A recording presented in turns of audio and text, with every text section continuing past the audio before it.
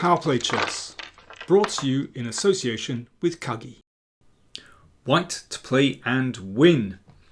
Michael Adams won the Cambridge Open for the second time in February, but he got away with one in this game. So he's playing black against international master Richard Pert. So what could white play in this position? Well, in the game, Richard played c6, that's correct. And the rook moved to a7.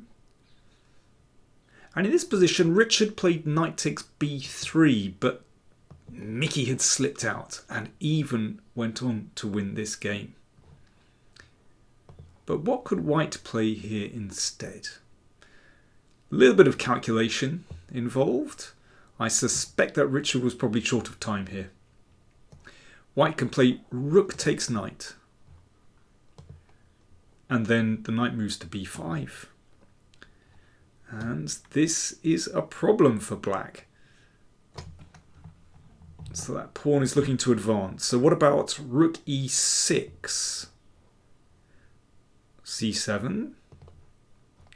Rook c6. First glance, it looks like black is, well, more than surviving. The rook covers the queening square. But now comes a little trick, knight d6. I suspect this is what Richard missed. Of course, rook takes knight, the pawn queens.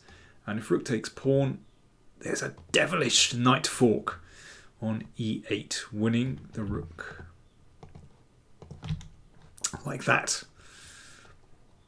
Okay, let's go back to this position. So rook takes knight, rook takes rook, knight b5.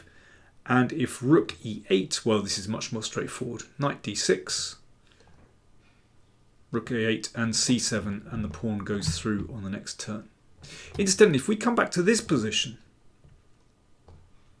after c6, instead of rook a7 as Adams played, black could also try rook b6.